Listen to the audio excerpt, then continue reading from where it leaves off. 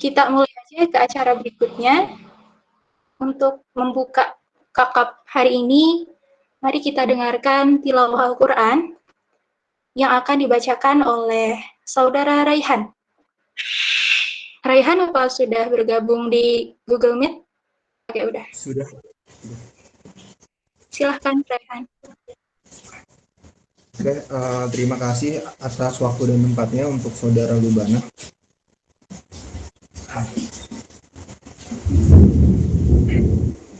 A'udzu billahi minasyaitonir rajim.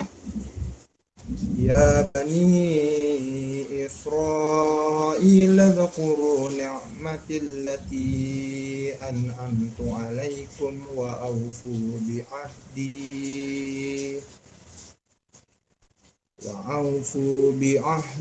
ufi bi'ahdikum wa iyaya farhabun. Wa aminu bima anzaltu musaddiqan lima ma'akum wa la takunu awwala kafirin bih ولا تكونوا أول كفير به ولا تشتروا بآياتي ثمنا قليلا وإياي فاتقون ولا تلبسوا الحق بالباطل وتكتموا الحق وأنتم تعلمون وأقيموا الصلاة وآتوا الزكاة واركعوا مع الراكعين أتأمرون الناس بالبر وتنسون أنفسكم وأنتم تتلون الكتاب أفلا تعقلون واستعينوا بالصبر والصلاة إنها لكبيرة إلا على الخاشعين صدق الله العظيم. Sadaqallahul. Baik, terima kasih Raihan.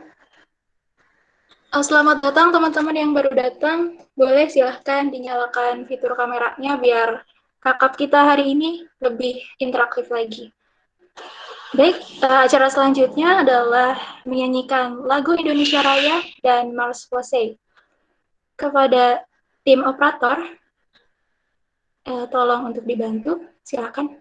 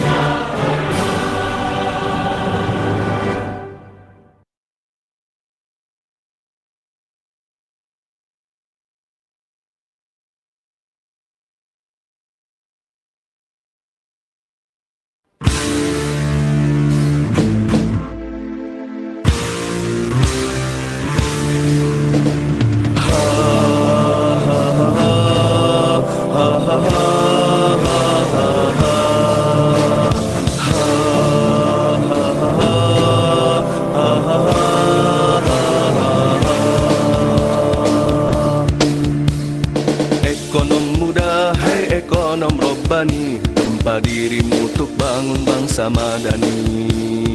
Ekonom cerdas, hei ekonom robbani, mari mandiri kembangkan potensi. Berjuang jangan mengeluh meski tubuhmu berpeluh, karena kemiskinan semakin membunuh. Bertransaksi adil, tinggalkanlah tipu daya, yakinlah ekonomi Islam kan jaya. Yakinlah ekonomi Islam kan jaya. Bangkitlah, bangkitlah pemuda mulia, bersatu padu lintasi khatulistiwa. Majulah hei ekonom robbani bisa, mari sembuhkan ekonomi dunia. Berbagi sesama untuk nuraninya, yakin ekonomi Islam kan jaya. Berbagi sesama untuk nuraninya, yakin ekonomi Islam kan jaya. Ha ha ha ha ha ha ha ha.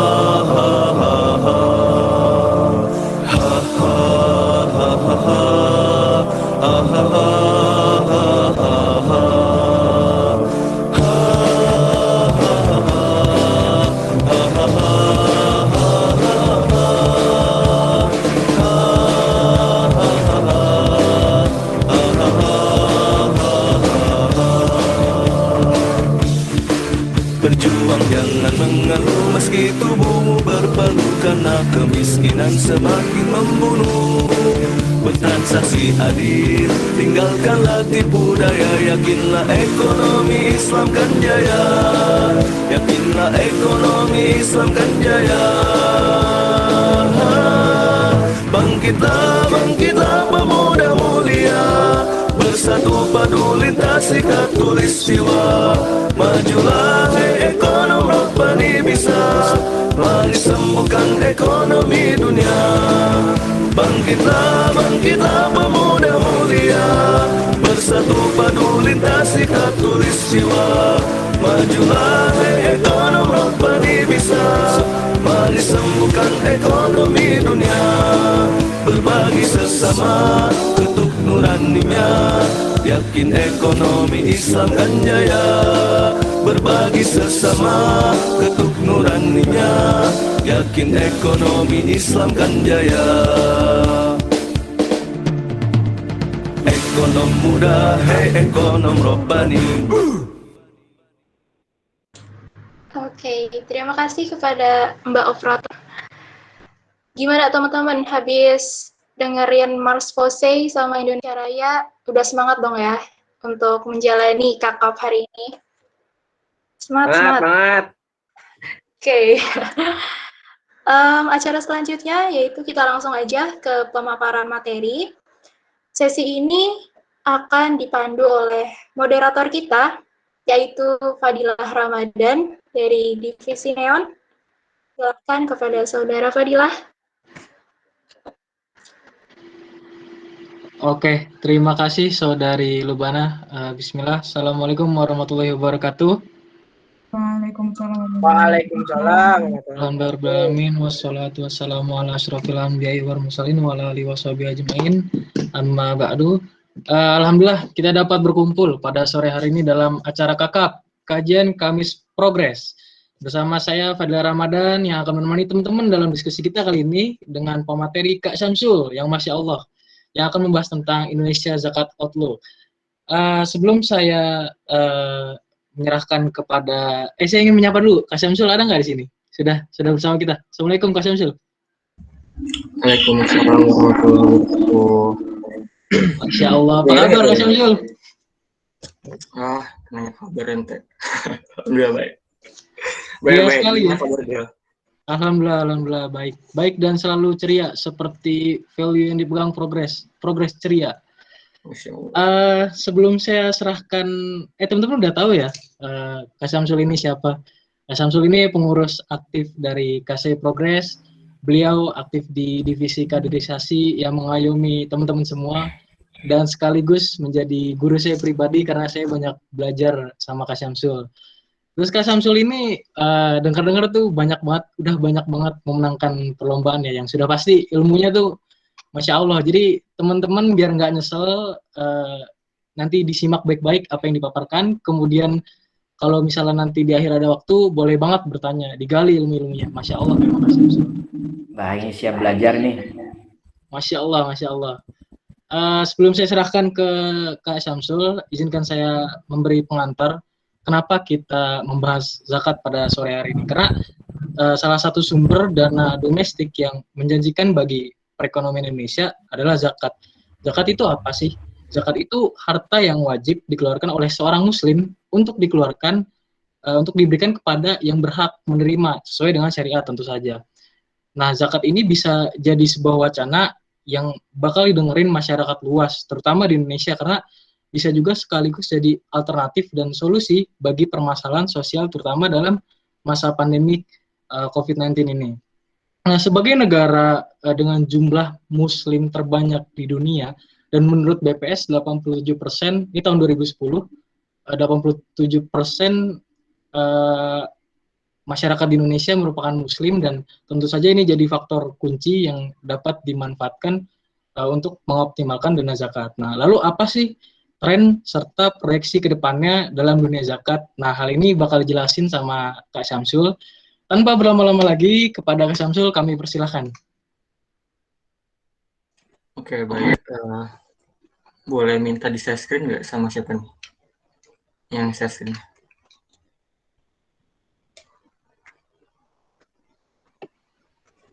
Oke, bismillahirrahmanirrahim. Assalamualaikum warahmatullahi wabarakatuh. Alhamdulillah alamin, hamdan katsiran thayyiban mubarakan fi kama yuhibbu rabbuna wa yarda. Wassalatu wassalamu ala rasulillahi wal ahli wa sahbihi wa man sara ala nahji bi ihsani ila yaumidin, amma ba'd. Sebenarnya kita mau kedima dulu ya, kayak biasa. Puji dan syukur marilah kita panjatkan kepada kehadirat Allah Subhanahu wa taala, karena berkat rahmatnya lah kita udah kakap yang kesekian kali. Udah kita bulan berapa nih sekarang? Bulan Juni ya. Bulan Juni kita masih bisa ngelaksanain kakap dari awal kita ke pengurusan hingga detik ini juga, karena tentunya pasti karena rahmat Allah. Kalau bukan karena rahmat Allah, karena siapa lagi kita bisa ada di sini. Sebagaimana selawat serta salam tak lupa kita junjukkan, kita curahkan kepada Nabi kita, Nabi Muhammad SAW. Semoga sampai kepada para keluarganya, para sahabatnya, dan juga kita selaku umatnya, umat di akhir zaman ini. Amin amin ya rabbal alamin. Baik, teman-teman, sebenarnya tadi yang disampaikan Fadil itu salah, karena Ana juga nggak sebaik yang tadi Fadil sampaikan. Pokoknya Ana masih banyak banget kekurangannya, masih banyak belajar juga, sangat banyak kekurangannya, pasti sangat banyak banget. Apalagi kita sebagai mahasiswa patut untuk merasa berkurang atas ilmu ya pastinya, supaya kita selalu semangat mencari ilmu juga sih, kayak gitu. Sebenarnya ini sharing aja sih terkait dengan zakat. Nah, terkait dengan zakat, outlook zakat ini itu sebenarnya kenapa Ana pengen nyampein terkait materi ini. Sebenarnya ini adalah salah satu permintaan dari Madam Ani terkait gimana cara bisa public speaking di depan orang. Nah, karena progres punya menyediakan salah satu wadah di mana ada kakap di sini, maka Ana mencoba sedikit sharing terkait apa yang ada terkait dengan tren zakat khususnya, kayak gitu. Nah, berbicara tentang outlooks, kita teman-teman tadi terkait dengan definisi zakat kayaknya nggak perlu dijelasin lagi. Anak progres kudu wajib mesti ngerti zakat itu apa. Kalau misalkan nggak ngerti, baik Rizal mungkin Anda bisa tindak lanjutin ya kalau misalkan nggak ngerti zakat itu apa. Nah, kalau misalkan kita berbicara tentang outlooks, artinya we have to take a look back. Kadang kita harus lihat balik dulu gimana sih sebenarnya yang udah terjadi selama ini gitu loh. Apalagi di tengah tren pandemi ini, sekitar 2019 sampai dengan 2020. Nah, apa aja sih kira-kira potensi dan juga tantangan yang bisa dihadapin gitu loh. Tadi sempat kepikiran sama perkataan Fadil, kita itu, ya benar memang kata BPS dan juga kata Pew Research Center, kita itu adalah muslim populasi terbesar di dunia. Suka kepikiran gini sih, ya oke, kita populasi terbesar di dunia, muslim terbesar di dunia, oke. Cuman berapa populasi yang menjadi muzaki dibanding mustahiknya? Kalau misalkan mustahiknya lebih banyak, yang menerima zakat yang lebih banyak, kan tanda tanya gitu loh, kayak gitu. Oke, next. Nah, kita lihat dulu gimana sih tren zakat ini di di tahun lalu, kurang lebih di tahun 2020 ini. Nah, sebenarnya data-data yang ada di dalam sini saya fokuskan, saya stressing di Basnas sendiri, dan mungkin beberapa nanti mungkin ada beberapa OPZ, organisasi pengelola zakat yang saya mention di sini, karena data ini merupakan pure dari Basnas. Nah, yang pertama ini terkait dengan ekonomi Indonesia, di mana menurut BPS juga ekonomi Indonesia ini terkontraksi sampai dengan minus 3,49% di triwulan 2020, di triwulan 2020. Nah, apa sih sebabnya terjadinya kontraksi ekonomi di Indonesia ini? Maka menyebabkan terjadinya angka kemiskinan di Indonesia pada tahun 2020, tepatnya di pertengahan 2020 itu meningkat sebesar 13,22%. Ya, sebesar 13,22%. Lalu kalau misalkan teman-teman mungkin lihat di sekitar teman-teman gimana terkait dengan UMKM, keberadaan UMKM, eksistensi UMKM itu ya mungkin tahun lalu itu tahun cobaan terberat ya bagi UMKM, karena mereka harus beradaptasi dengan new normal dan lain-lain, apalagi PSBB, dan ternyata mengakibatkan kerugian sampai dengan 1,1594 triliun, dan ini asumsi pertumbuhan ekonomi ini di bawah 4,2%, serta kerugian UMKM di Indonesia diprediksi dapat mencapai 1.509 triliun atau sekitar 47,9 juta per tahun, atau kalau misalkan kita perbulankan sekitar 2 juta per bulan. Nah, untuk merespon hal tersebut, makanya ada dari Komisi Fatwa MUI yang menyatakan bahwasanya dana zakat ini bisa loh didistribusikan untuk penanggulangan dampak COVID-19, baik di bidang kesehatan maupun di bidang ekonomi. Nah, mungkin teman-teman juga udah pernah notice terkait dengan hal ini, di mana zakat ini sebenarnya mampu untuk memberikan banyak kontribusi, diantaranya seperti untuk di bidang kesehatan, seperti alat pelindungan diri atau APD yang ada di rumah sakit yang dibutuhin, atau penyediaan ruang isolasi bagi daerah-daerah yang kekurangan, atau juga terkait dengan mungkin kalau misalkan orang-orang yang ada di Jakarta, tahu kan ada penyemprotan disinfektan di kereta gitu ya. Nah, sebenarnya dana zakat itu bisa dialokasikan menurut Fatwa MUI untuk yang terkena dampak di ekonomi maupun di bidang kesehatan, kurang lebih kayak gitu. Nah, sebagaimana yang saya bilang sebelumnya, kalau misalkan kita bicara outlook, we have to take a look. Nah, di sini kita take a look terkait dengan potensi zakat di Indonesia pada tahun 2020. Nah, karena di Indonesia ini kita banyak yang, maksudnya mayoritasnya kita mengadopsi dari Yusuf Qaradawi, dari mazhab Yusuf Qaradawi, dan di mana juga ini diimplementasikan di MUI, terdapat beberapa zakat yang menjadi potensi Indonesia. Ada 5 zakat di sini disebutkan. Zakat pertanian itu sebesar 19,79 triliun, zakat peternakan 9,51 triliun, zakat uang 58,76 triliun, zakat penghasilan itu sekitar 139,07 triliun, dan zakat perusahaan 144,5 triliun. Dan total potensinya kalau kita totalin itu sebesar 327,6 triliun. Next.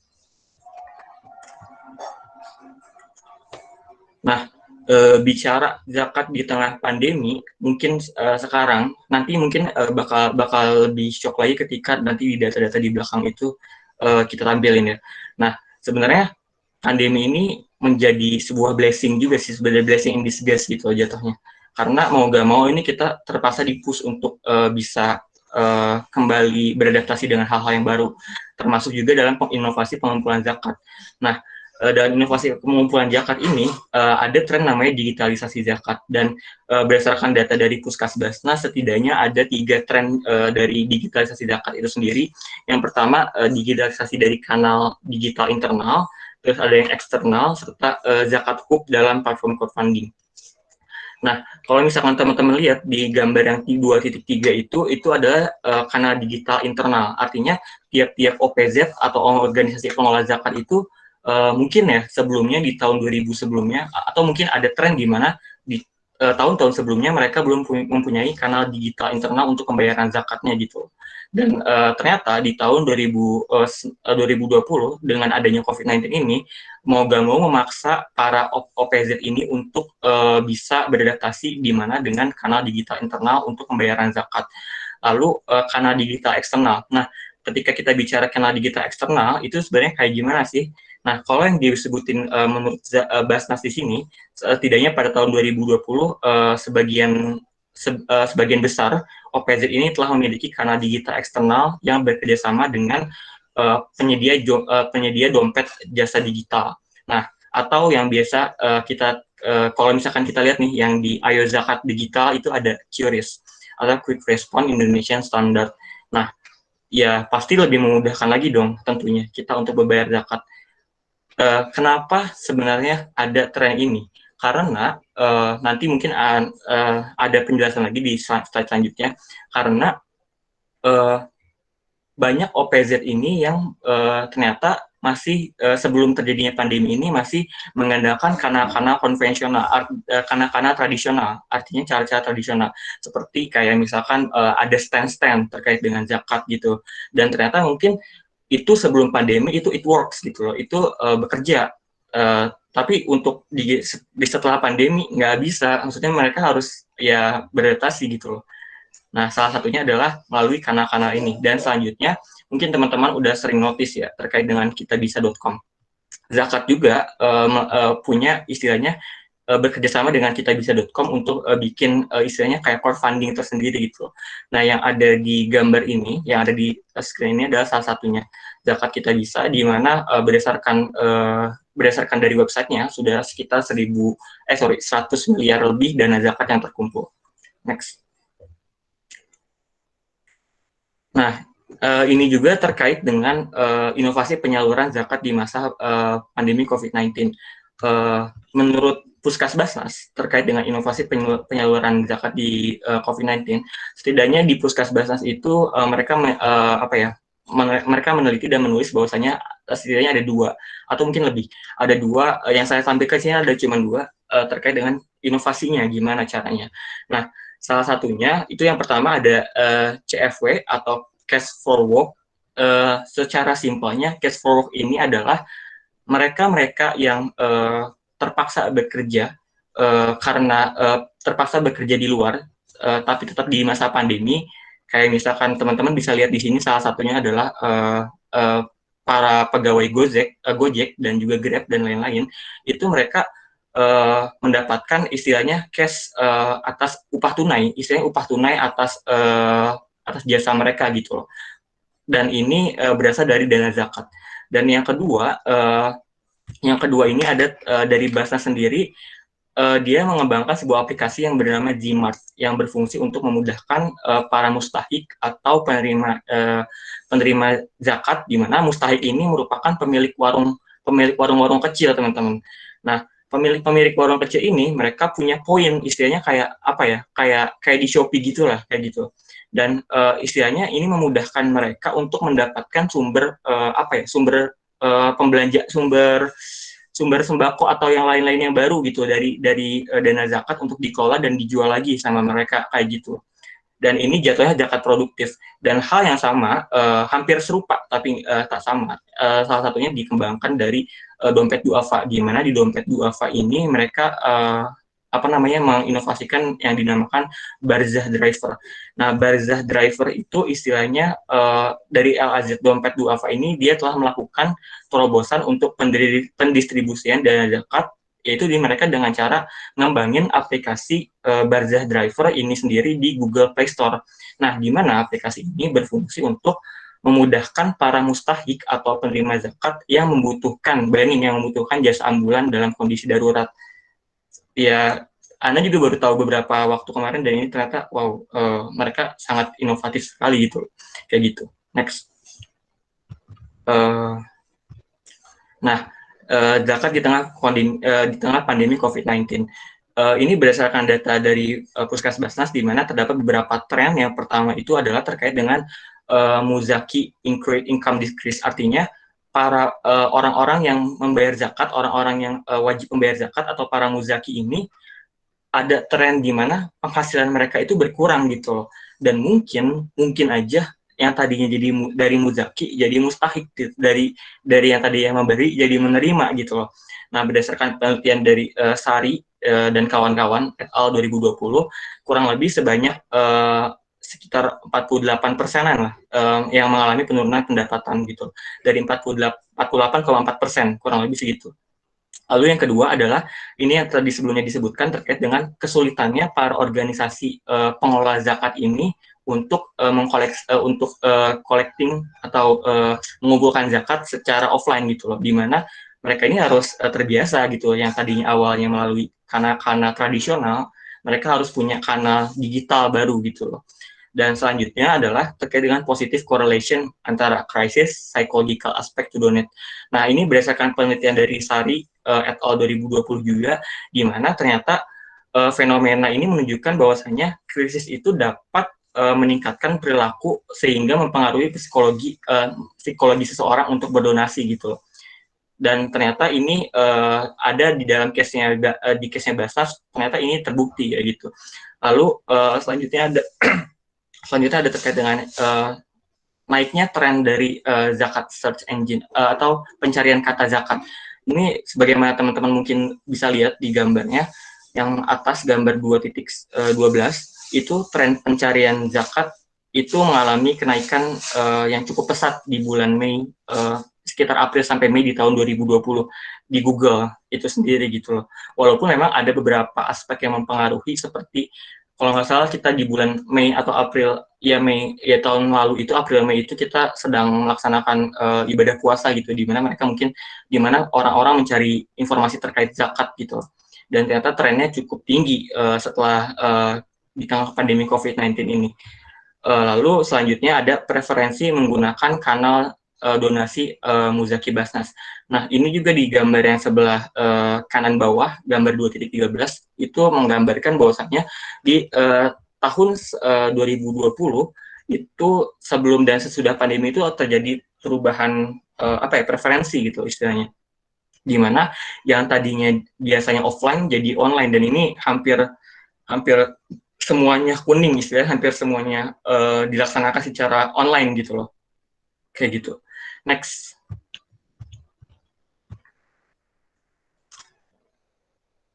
Nah, salah satu selain itu di tahun 2020 juga, mungkin tadi udah saya sebutkan di awal, ya mau gak mau pengumpulan zakat yang baik itu pada akhirnya harus diiringin juga dengan penyaluran zakat yang baik juga gitu loh. Dan untuk merespon itu, maka Fatwa MUI pada tahun 2020 nomor 23 dibentuklah fatwa yang mengatur tentang pemanfaatan harta zakat, infak, dan sedekah untuk penanggulangan wabah COVID-19 dan dampaknya.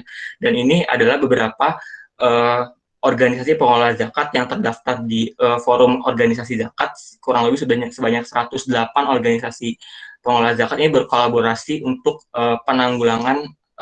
penanganan COVID-19 gitu, beserta dampaknya. Next. Nah, ini balik lagi terkait dengan data tahun sebelumnya. Ini adalah data tahun sebelumnya, di mana terkait dengan statistik zakat nasional di tahun 3 tahun terakhir, 2018, 2019, sampai 2020. Nah, kalau misalkan kita lihat statistik dari organisasi pengelola zakat itu sendiri, terdapat penurunan sebenarnya kalau di sini, terkait dengan penurunan dari 617 ke 572 gitu loh. Nah, kalau misalkan teman-teman lihat di tabel 3.1, penurunannya itu ada di Basnas kabupaten atau kota, di mana pada tahun 2018 dari 514 ke 456. Nah, ini tuh disebabkan sebenarnya karena apa sih? Kalau misalkan bisa dibilang politik, apakah iya? Nggak tahu juga sih. Mungkin itu nanti buat bahan penelitian, yang nggak tahu. Nah, intinya, menurut Basnas ini, salah satu penyebab penurunan jumlah OPZ organisasi pengelola zakat ini adalah karena OPZ ini belum memiliki pertimbangan pimpinan pada tahun 2019. Pimpinan kan berarti ke pemerintahan kan. Nah, seperti itu, kurang lebih kayak gitu. Jadi mungkin ada beberapa pertimbangan yang mengakibatkan terjadinya penurunan kayak gitu. Dan kalau misalkan kita lihat berapa sih sebenarnya pengumpulan dana zakat ini yang bisa kita lihat performanya kurang lebih. Nah, kalau misalkan kita lihat pengumpulan dana zakat itu di sini ada kenaikan yang sebelumnya dari tahun 2018 yang sekitar 8,1 triliun jadi 10,2 dan ini mungkin ada kenaikan sekitar 2,1 triliun di 2019 ini. Next. Nah, gimana terkait dengan tren penyaluran zakat nasional yang ada di Indonesia? Nah, berdasarkan data Basnas di tahun 2020, ini adalah terkait dengan penyaluran zakatnya. Nah, untuk berdasarkan asnafnya, paling tertinggi masih berada di kategori fakir dan miskin, di mana itu sebesar 63,3%. Sorry, ini kayaknya 66,3% seharusnya, sorry. 66,3%, tetapi pada tahun sebelumnya itu sekitar 63,3%, artinya ada kenaikan sebesar 3%. Nah, ini juga yang jadi menarik sih teman-teman. Ini tapi datanya belum dari Ana pribadi belum temu, mungkin teman-teman sendiri nanti kalau misalkan punya datanya boleh kita share bareng-bareng. Ini adalah terkait dengan gimana sih Ibnu Sabil, Fisabilillah, Gorimin gitu kan. Mereka tuh menyalurkan zakatnya gitu. Ibnu Sabil orang-orang yang berpergian di jalan Allah maksudnya, dan Fisabilillah, dan itu tuh gimana mereka menyalurkan zakatnya gitu loh di kondisi seperti sekarang gitu loh. Nah, ini sih sebenarnya yang cukup menarik, tapi ternyata datanya tuh ada gitu. Nah, kalau misalkan kita bicara terkait dengan bidang penyalurannya, kalau di bidang penyalurannya paling tertinggi itu ada di sosial kemanusiaan, tapi sayangnya di kesehatan itu paling terkecil malah di tahun 2019 itu sekitar 5,2%, dan mungkin ini datanya sudah berubah ya nanti ketika Basnas mengeluarkan data terbaru, karena mungkin alokasi untuk kesehatan cukup besar di tengah pandemi ini. Next. Nah, sekarang ada berbicara tentang challenge and potential atau zakat in the future, nanti kayak gimana. Next. Nah, proyeksi zakat nasional menurut asumsi dari Puskas Basnas, itu mereka memberikan 3 skenario asumsi. Yang pertama, skenario pesimis, skenario moderat, sama skenario optimis. Nah, skenario pesimis itu yang artinya pertumbuhannya kurang dari 20%, skenario moderat itu yang di tengah-tengah antara 20-30%, dan skenario optimis itu sebesar di atas 30% gitu loh. Dan ini kita bicara terkait bagaimana proyeksi pengumpulan dana zakat di tahun 2021 dengan metode asumsi. Dari Basnas sendiri mereka menggunakan, kalau nggak salah ada 3 metode, tapi yang Anak cantumkan di sini cuma salah satunya, yaitu metode asumsi. Mereka mengasumsikan bahwasanya kalau misalkan zakat di tahun 2021 itu kurang lebih untuk skenario pesimisnya sekitar 14,7 triliun, skenario moderatnya dari 14,7 sampai dengan 17,2 triliun, dan skenario optimisnya itu di atas yang 20% itu sebesar 17,2 triliun. Dan tentunya kalau misalkan kita bicara, kalau misalkan seandainya skenario itu terjadi di tahun ini, pasti dibutuhkan istilahnya transparansi dan juga reportnya kayak gimana nih, dana zakat yang besar ini mereka gimana mengalokasikannya. Nah, selanjutnya itu terkait dengan proyeksi penyaluran zakat berdasarkan metode asumsinya. Tadi kan kita bicara terkait dengan pengumpulannya, dan sekarang kita bicara terkait dengan penyalurannya. Nah, terkait dengan penyalurannya, di tahun 2021, berdasarkan asumsi dari peneliti Puskas Basnas, mereka mengasumsikan bahwasanya skenario pesimis untuk pertumbuhan zakat yang kurang dari 20% itu mereka akan menyalurkan sekitar 12,5 triliun. Dan di tengah-tengahnya atau moderatnya mereka bakal menyalurkan 12,5 sampai dengan 14,6 triliun. Dan untuk yang paling tingginya sebesar 14,6 triliun. Nah, ini juga yang menarik seandainya kalau misalkan teman-teman suka nanti mau meneliti gimana seandainya nanti dana zakat yang sudah dikumpulkan, selisih antara yang dikumpulkan dengan yang disalurkan, dan selisih dananya itu dikemanakan, untuk apa, nah itu juga bisa mungkin ya nanti. Wallahualam. Next. Nah, bicara tentang challenge dan potensial, dan ada beberapa hal yang harus di-take note di sini. Next. Nah, di sini kita bisa lihat ada setidaknya ada berapa nih? 6. Ada 6 gambar yang menggambarkan tantangan dan juga potensi zakat di tengah pandemi ini khususnya. Yang pertama ini adalah terkait dengan digitalisasi zakat. Nah, dari Basnas sendiri mereka itu melaksanakan survei terkait dengan gimana sih seberapa intensi mereka seberapa tinggi untuk menerapkan blockchain dalam zakat itu sendiri.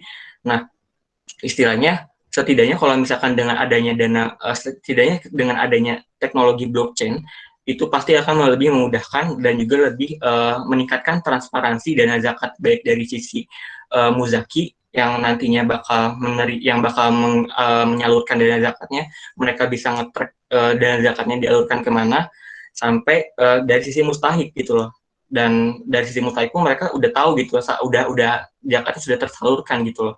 Dan ini dibuktikan dari penelitian survei dari Basnas, di mana sebanyak 88% lembaga amil zakat memandang bahwa adanya digitalisasi mendukung aktivitas operasional lembaga, tapi sebanyak 71 diantaranya mereka mengakuin mereka siap untuk menerapkan blockchain. Nah, itu di tahun 2019, tapi untuk data terbarunya ini belum ada berapa update-annya terkait yang sudah menerapkan blockchain-nya.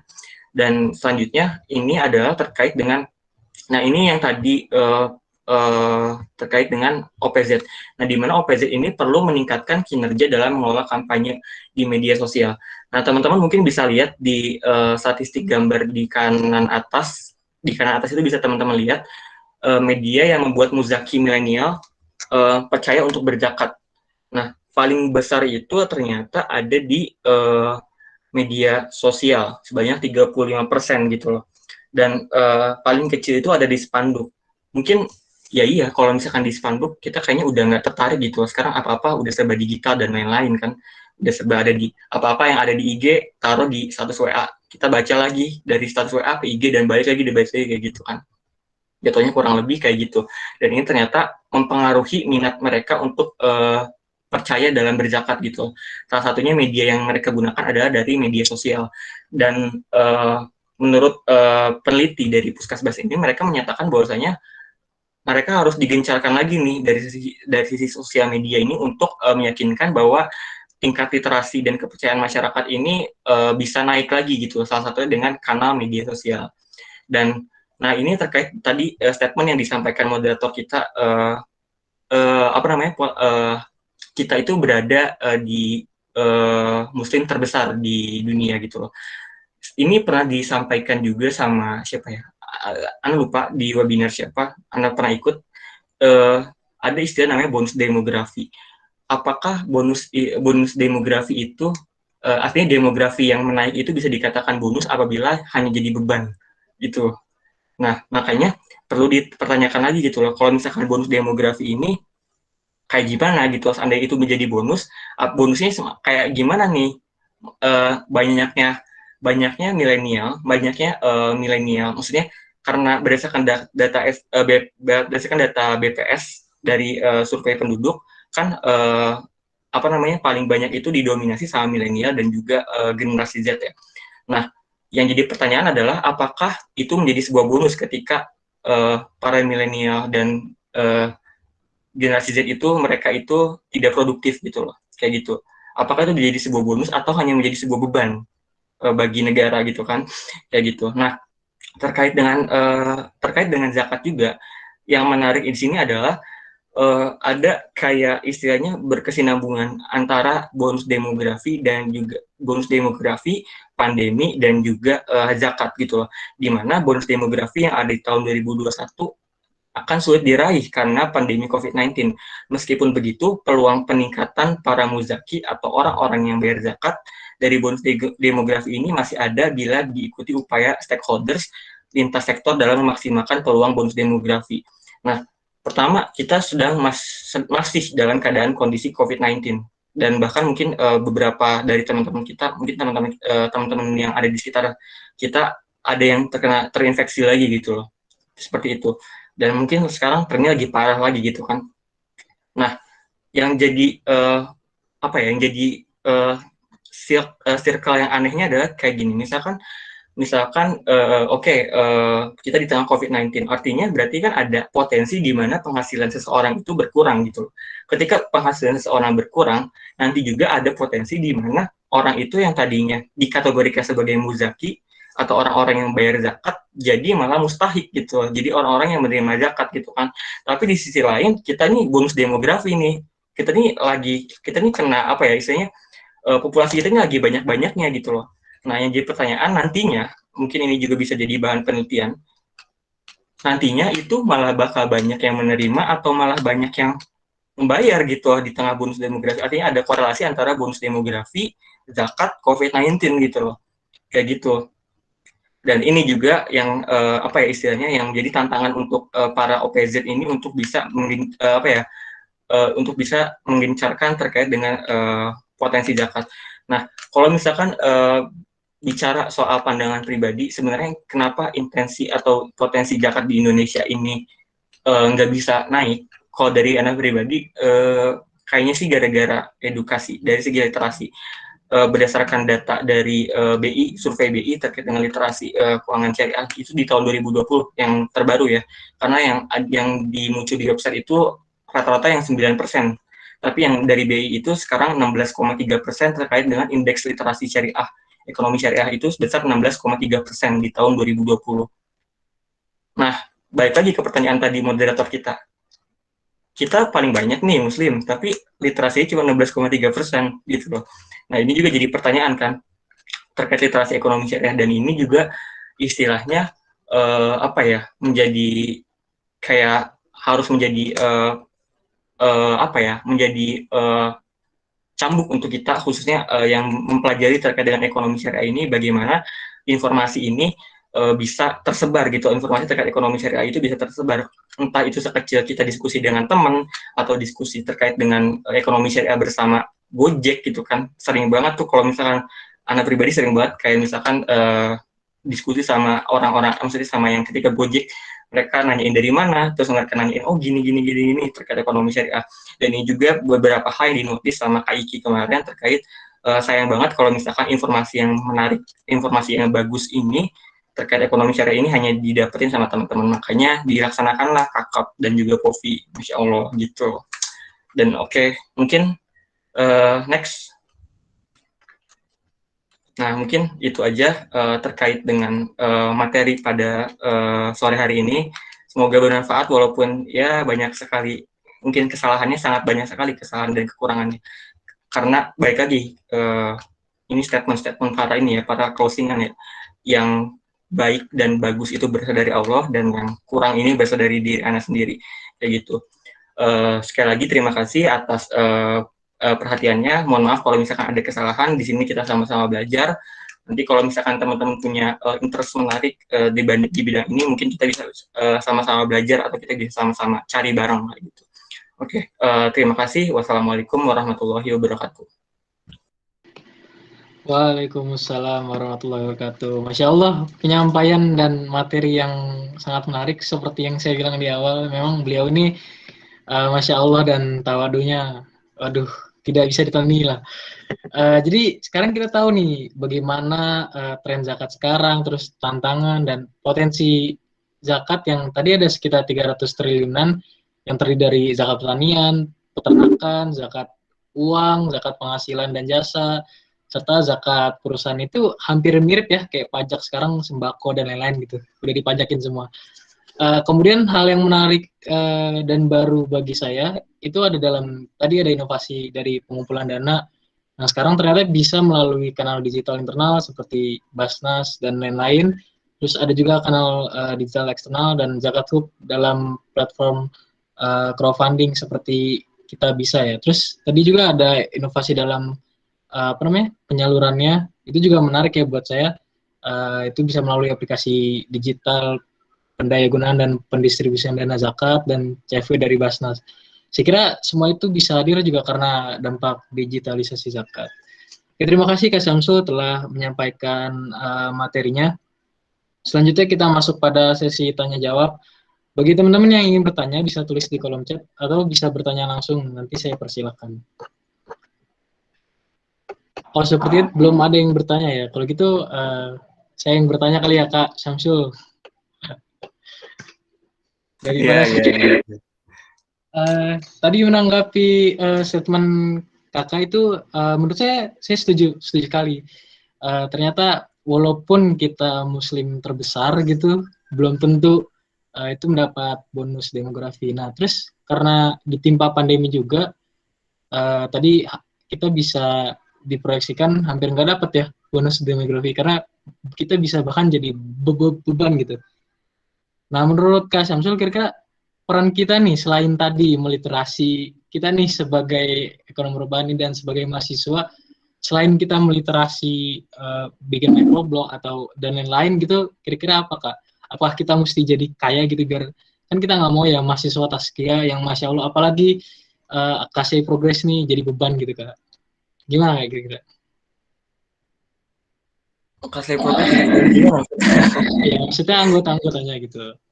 Oke, Selain untuk dari sekarang gini ya, mungkin gini, di tengah pandemi ini mungkin dari beberapa teman-teman udah ada yang bekerja, udah ada yang sambil bekerja sambil kuliah, udah ada yang sambil entrepreneur mungkin yang online ataupun offline dan lain-lain gitu loh.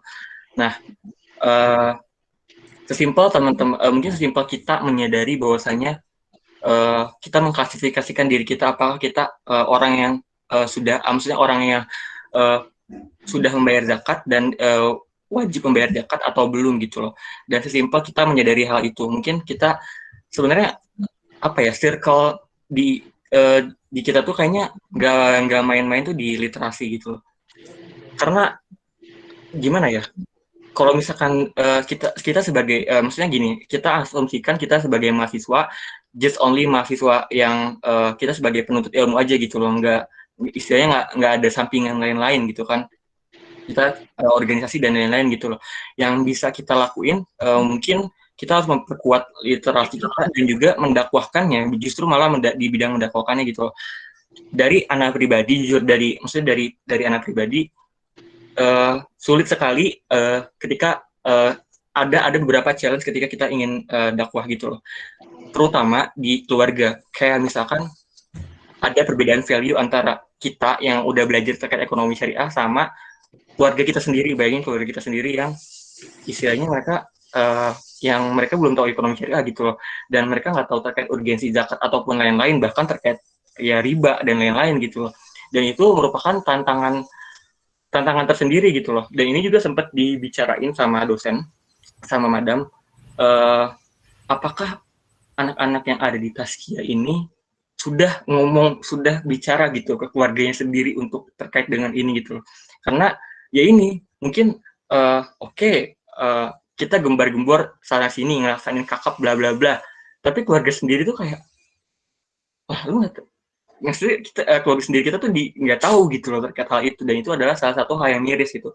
Nah makanya mungkin salah satu selain itu adalah kita pertama kesadaran, yang kedua kita bagaimana mendakwahkan gitu loh, atau literasi pertama setelah kita merasa sudah terliterasi, kita mendakwahkan lah gitu dari circle terkecil, paling kecil kita gitu loh. Jangan pelit, bahkan kalau misalkan nanti kita mesen Grab, Gojek terus ditanya atau ngobrol gimana sekolahnya dan lain-lain, kita berasal dari Taskia atau kita juga berorganisasi di Progres, tapi kita nggak mau ngasih tahu loh gitu perbedaannya apa, terus perbedaan antara yang konvensional ini apa, zakat ini kayak gimana gitu buat mereka-mereka yang nggak tahu gitu loh. Salah satunya sih di situ. Jadi point stressingnya gimana ya, pertama kita literasi diri kita sendiri dulu, baru kita bisa mendakwakan ke orang lain. Karena kalau misalkan gelas kita belum kepenuhin, gimana kita mau ngebagi ke orang lain kan, istilahnya kayak gitu. Apalagi ya, coba kalau misalkan anda tanya ente gimana, menurut ente gimana? Ente juga sama-sama mahasiswa, bisa doang nanya ente. Bisa banget. Nanti kita ngobrol di belakang ya. Gimana? Nanti kita bisa lah ngobrol di belakang ya. Alasan, oke. Paling gitu sih kalau dana pribadi. Oke, memang jadi memang kita sebagai mahasiswa harus menempatkan diri kita ya sebagai penuntut ilmu, dan yang memang ujung tombak yang bisa kita lakukan sebagai mahasiswa adalah meliterasi diri kita dan keluarga. Memang ini yang diajarkan Rasul juga ya, mendakwahkan dari keluarga, kemudian lingkup yang lebih besar, kemudian besar. Seperti itu. Oke, ini kita ke penanya selanjutnya ya. Tadi ada di kolom chat. Lalu Mas Syad, ya mungkin bisa bertanya secara langsung. Ya, sob. Oke. Cabut nih. Sebelumnya terima kasih kepada Bang Samsul yang udah memaparkan materinya dan juga moderator yang sudah mempersilahkan bertanya. Mungkin terkait Bang, alokasi dan juga persentase dari penyaluran dana zakat ini. Kan tadi sudah ditampilkan data dari Basnas bahwa dari golongan fakir miskin itu mendapatkan alokasi atau persentase sekitar 60% lebih ya Bang ya. Betul. Nah, kira-kira kenapa presentasinya itu agak berbeda, marginnya itu sangat jauh dibandingkan yang lain? Taruhlah mungkin fisabilillah, kan banyak sekali nih guru-guru kita atau mungkin relawan-relawan, marbot dan lain sebagainya yang sebenarnya juga berhak itu mendapatkan. Kira-kira nih Bang, apakah ini karena literasi masyarakat yang masih belum komprehensif, bahwa banyak sekali sebenarnya golongan yang berhak, atau mungkin memang masyarakat lebih prefer buat yang ke fakir miskin? Nah, itu kira-kira gimana Bang? Terima kasih. Oke. Ini berdasarkan data aja ya. Kalau pertama berdasarkan data yang ada memang paling tinggi itu di di fakir miskin gitu loh. Nah, data yang tadi ditampilkan itu adalah data 2020. Data 2000 sebelum pandemi, dan di mana mungkin permasalahan yang memang menjadi di kita ini adalah di ekonominya gitu loh, dari sisi ekonomi, di mana jumlah fakir dan miskin di Indonesia juga cukup banyak gitu kan, dan mungkin beberapa organisasi pengelola zakat ini mereka stressingnya ke arah sana gitu loh. Nah, terkait dengan kenapa nggak maksudnya kenapa distribusinya banyaknya istilahnya tuh gendutnya di sana gitu. Yang lainnya istilahnya ada kayak jomplang juga sih kayak gitu kan. Nah, mungkin kalau misalkan tadi Mas Syed nanya apakah ini bisa dikatakan literasi juga? Mungkin iya, maksudnya dari literasi para nazirnya gitu. Banyak banget kan terkait penelitian di Google Scholar dan lain-lain, teman-teman bisa cek terkait performance para nazirnya gitu loh.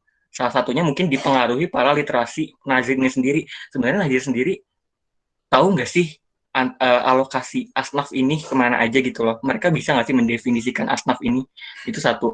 Dan yang kedua mungkin ada preferensi para OPZ-nya juga atau organisasi pengelola zakatnya, di mana mungkin tiap organisasi pengelola zakat punya value, punya tujuannya yang masing-masing yang berbeda gitu. Kalau misalkan let's say Basnas ini fokusnya lebih ke arah fakir miskin gitu loh, lebih ke arah memberantaskan fakir dan miskin gitu loh. Sedangkan let's say di OPZ lain atau LAZ lain itu mereka memang ada yang istilahnya pendistribusiannya itu bisa dibilang jomplangnya itu nggak terlalu jauh gitu loh. Artinya antara satu asnaf dengan lainnya asnaf yang lain itu mereka sama-sama tinggi gitu loh.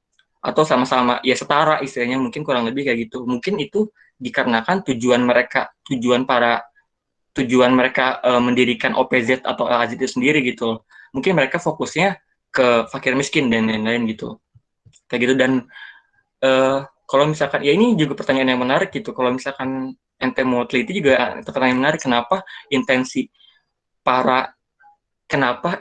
para istilahnya kenapa intensi para OPZ ini lebih stressing di fakir miskin gitu loh, kayak gitu kan. Ini juga jadi hal yang menarik gitu loh, kayak gitu sih. Dan dari anak pribadi sebenarnya mendefinisikan Gorimin, Ibnu Sabil, Fisabilillah, yang maksudnya yang di sekarang ini anak sendiri masih pengen tahu sih sebenarnya kayak gimana ya mereka tuh mendefinisikan itu, terutama di hal ini gitu, karena anak pribadi belum tahu gitu.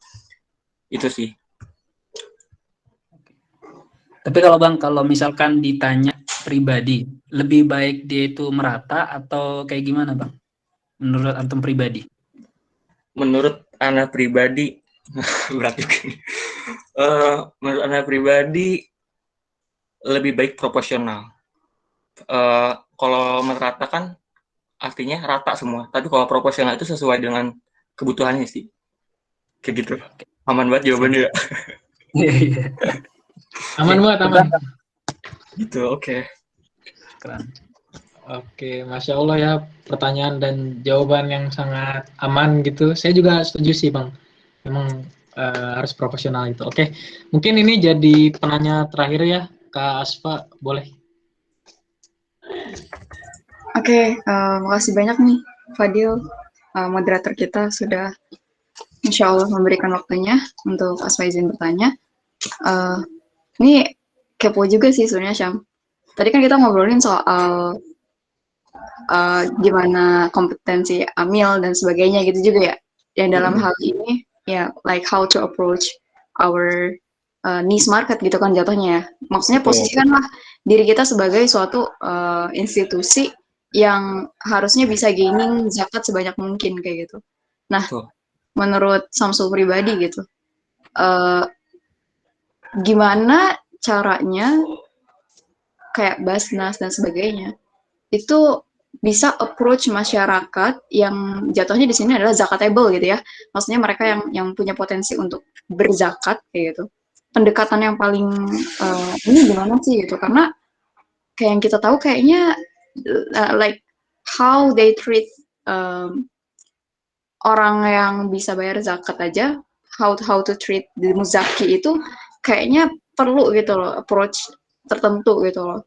Karena di Indonesia sendiri ya gitu ya, selain emang kita masih belum well literate soal zakat, ininya lagi banyak orang kaya yang maksudnya orang yang bisa membayar zakat gitu ya, but then mereka benar-benar nggak tahu gitu, have no idea harus kemana ini duit gue gitu.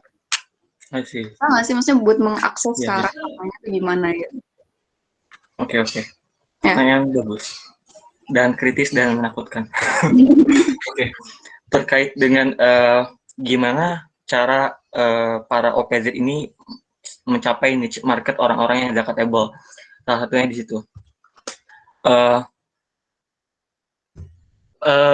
Pertama, diriku mau menyampaikan terkait dengan salah satu data dari paper yang kemarin baru dipresentasikan di kelas pribadi terkait dengan manajemen OPZ ini sendiri gitu. Karena ini mungkin mempengaruhi mereka dalam istilahnya menyalurkan dana zakatnya atau untuk campaign terkait dana zakatnya gitu loh.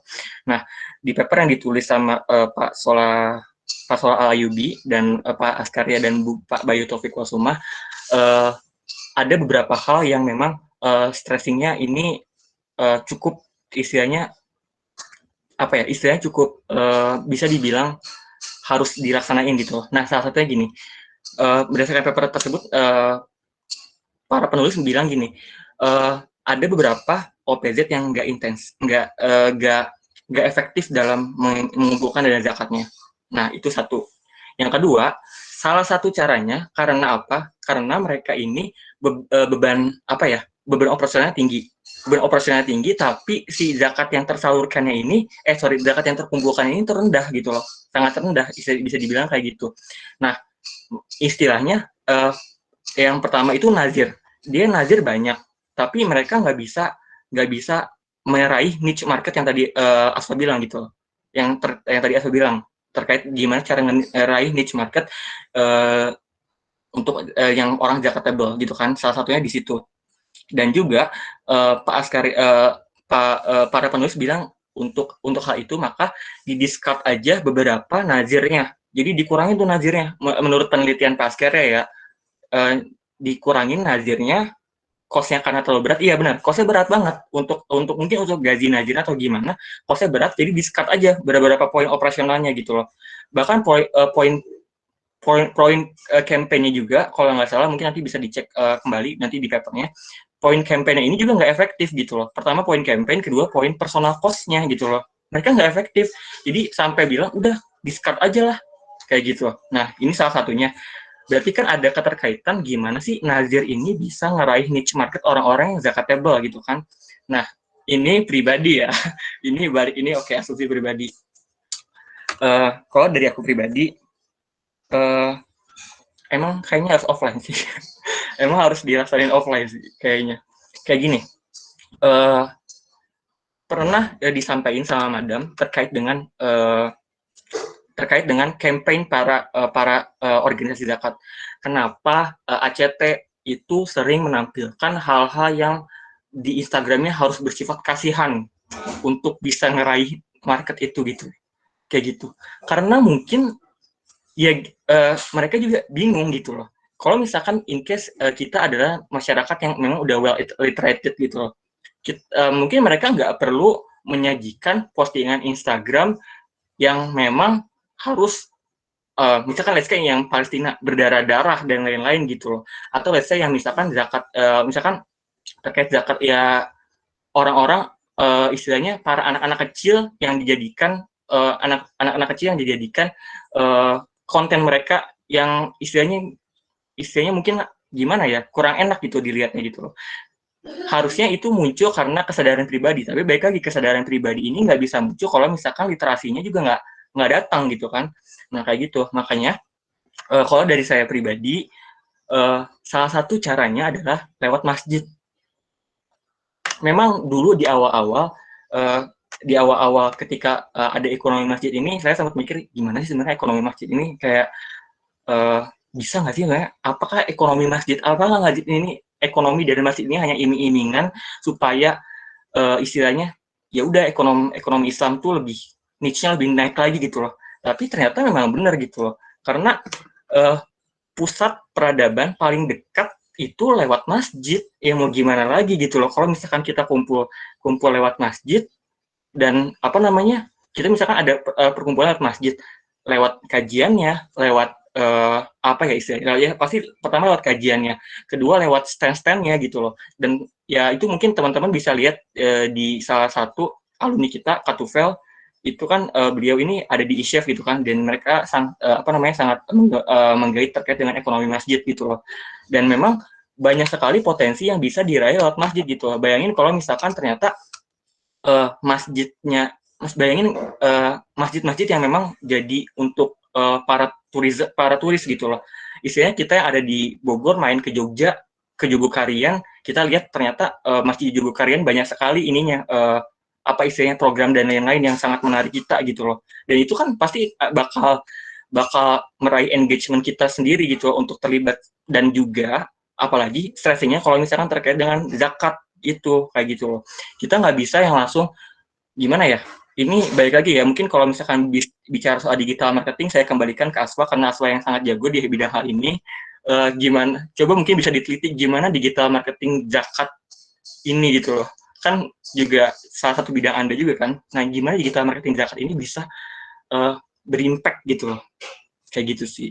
Jadi kalau misalkan saya pribadi, kalau misalkan mau ini satu, kita nggak kita pertama dari segi konten digital marketing kita nggak kita stop, malah kita push terus, tapi dengan konten-konten yang memang bisa membangkitkan kesadaran. Kedua, kalau misalkan bisa lewat ekonomi masjid gitu, salah satunya adalah dari ekonomi masjid gitu, itu sih. Masya Allah ya. Diskusi kita semakin sore semakin panas. Oke, Kak Aspa, mungkin ada tanggapan terakhir? Aku sebenarnya kepo juga tadi. Ini mohon maaf ya teman-teman, jadi ngabisin sesi ini. Itu loh soal cost dari Nazir yang masih terlalu besar, dan di sini kan istilahnya trade off-nya adalah kita harus nge-cut akhirnya ujung-ujungnya ya si Nazir ini supaya dikurangi gitu jumlah Nazirnya. Then we have to go back into the backgrounds gitu. Di sini tuh Nazir di sini itu maksudnya personal mereka yang memang istilahnya as a head of office gitu ya, atau gimana gitu maksud Nazir di sini tuh? Oke. Berdasarkan penelitian Pak Askeria dan et al, Pak Askeria dan kawan-kawan, itu mereka bukan personal. Nazir yang mereka arahkan adalah para OPZ, organisasi pengelola zakat gitu. Itu satu. Kedua, tapi kan yang jadi masalah adalah gini, cost mereka besar, tapi zakat yang mereka terima juga dikit, atau campaign yang mereka lakukan kurang efektif gitu kan. Nah, berarti kan jadi permasalahan juga gitu. Pertama, mungkin ini bisa jadi seru juga nih, bisa jadi bahan ini juga ya. Pertama dari corporate, ya, pertama dari segi bahan, misalkan dari corporate governance-nya para organisasi pengelola zakat itu satu. Kedua, dari segi variabel para pengelola zakatnya itu sendiri, para nazir itu sendiri. Gimana gitu kan? Dari segi ya banyak, dari segi apapun bisa kita lihat gitu loh. Salah satunya dari segi performance para nazirnya sendiri gitu loh. Tapi kan yang jadi pertanyaan adalah kenapa sampai seperti itu gitu loh, sampai penelitian itu mengatakan ya udah discard ya, karena penelitian ada kuantitatif gitu kan, yang bisa di-discard adalah dari segi operasional cost yang datang dari nazir itu sendiri gitu. I see. Oh, ini ada more information nih. Ini menarik juga. Kemarin tuh aku dapat kabar dari teman-teman Gontor, dari Unida Gontor. Sebenarnya mereka itu udah regularly kayak annual event gitu, emang ada pelatihan khusus untuk nazir zakat gitu loh. Nah, that's why ini tuh poin interesting poinnya di sini gitu letaknya ya, berarti ya. Karena pemerintah sendiri udah ada actionnya gitu, which is ngadain training dan sebagainya untuk nazir, tapi but then we still have to facing this. Oh iya, teman-teman Afwan, ini aku banget. Oke. Ini tadi bukan nazir ya, mohon maaf. Amil. Suka kebalik antara Amil dan nazir. Iya, nazir itu untuk wakaf teman-teman Afwan. Amil zakat. Iya, maaf ya. Iya Kak, oke mungkin karena sesi kita udah habis juga dan memang semakin lama semakin panas ya diskusi kita pada sore hari ini. Tapi mungkin kita harus akhiri karena sesi sudah habis. Mungkin sebelum diakhiri boleh kami ada sedikit kenang-kenangan untuk berupa sertifikat untuk Kak Syamsul. Boleh tolong.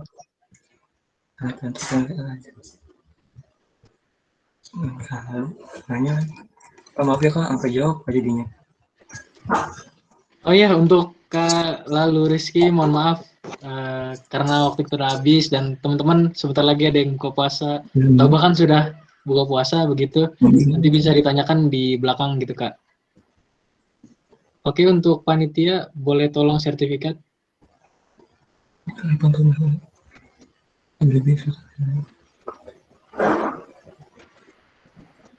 Oke, mungkin nanti di belakang aja sertifikat juga. Baik, terima kasih Kak Syamsul telah menemani kami dalam diskusi sore hari ini yang benar-benar sangat panas ya dan seru, menarik. Saya pun menyimaknya dengan seksama. Saya Fadlan Ramadan selaku moderator. Mohon maaf apabila ada kesalahan dan saya pamit undur diri. Assalamualaikum warahmatullahi wabarakatuh. Waalaikumsalam warahmatullahi wabarakatuh. Waalaikumsalam warahmatullahi wabarakatuh. Makasih teman-teman. Sama-sama Kak, makasih juga. Masya Allah ya, hari ini kita dapat ilmu-ilmu baru nih tentang zakat. Dan tadi kayaknya sesi diskusinya panas banget nih. Masya Allah. Oke. Panas banget ini. Iya. Karena kita udah sore ya, udah ada yang buka puasa tuh tadi. Mungkin kita dokumentasi dulu ya, biar ada kenang-kenangan di kakak hari ini. Silakan. Boleh. Tim operator, boleh dibantu? Ada nggak nih? Oke, kalau nggak ada, saya aja. Boleh. Boleh. Teman-teman untuk on-cam ya. Boleh on-cam dulu. Mungkin mohon maaf ini karena bukan di Zoom, jadi nggak semua kena sih sebenarnya. Tapi boleh silakan on-cam dulu.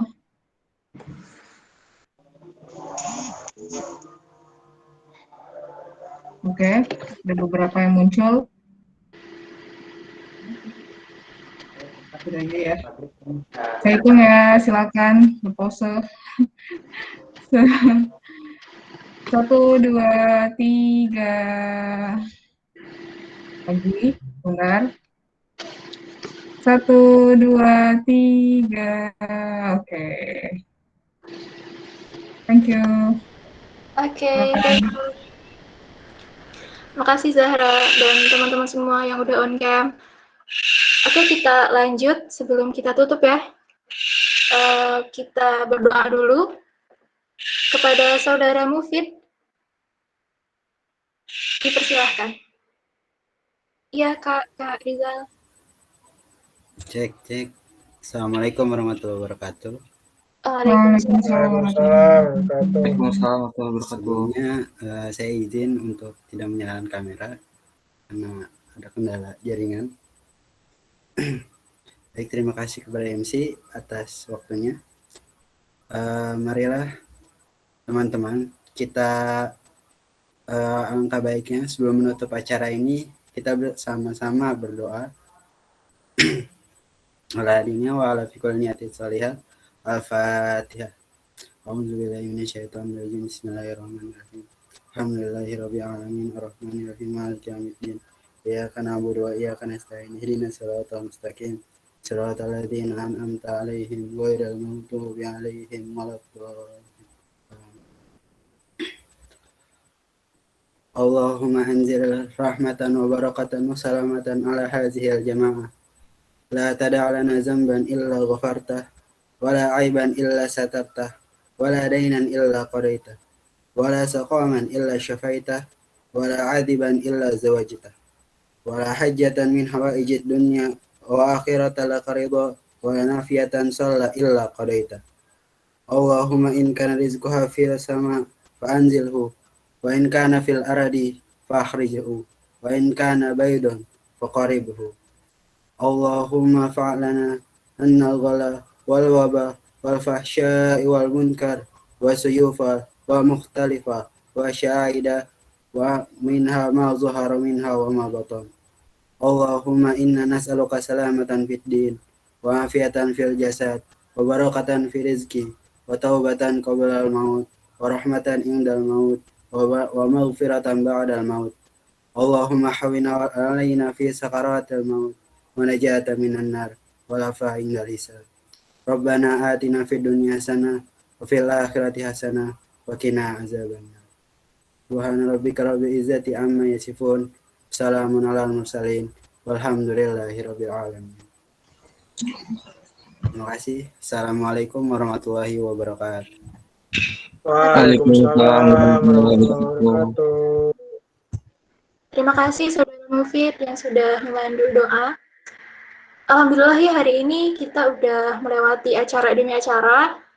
Kami ucapkan terima kasih buat teman-teman yang udah hadir di kakap sore hari ini dari awal hingga akhir dengan tertib. Untuk itu kita mari tutup acara ini dengan ucapan hamdalah bersama-sama. Alhamdulillah. Dan doa kafaratul majelis. Subhanakallahumma wa bihamdika asyhadu an la ilaha illa anta astaghfiruka wa atubu ilaik. Terima kasih teman-teman dan mohon maaf bila ada kekurangan dari kami para penyelenggara dan tentunya dari saya sendiri selaku MC. Sampai ketemu kembali di acara kakap berikutnya. Wassalamualaikum warahmatullahi wabarakatuh. Waalaikumsalam warahmatullahi wabarakatuh. Waalaikumsalam warahmatullahi wabarakatuh. Syukran teman-teman semua. Thank you Kak Samsul. Masya Terima kasih Allah. Kak Samsul.